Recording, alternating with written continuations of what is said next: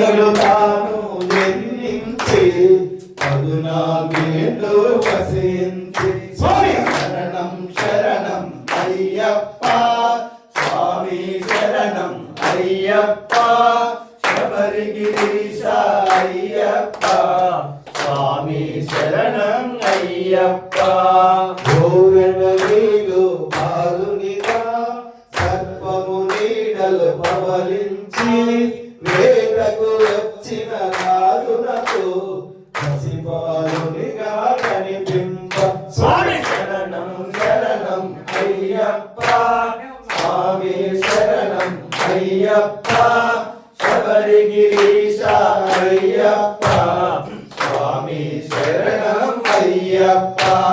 మణికంఠాయను నామముతో కుంచిరిగాసుడు మురిపెముగా స్వామి మహిమతో రాజునకు కలిగేడు సుతుడు మరి ఒకడు స్వామి శరణం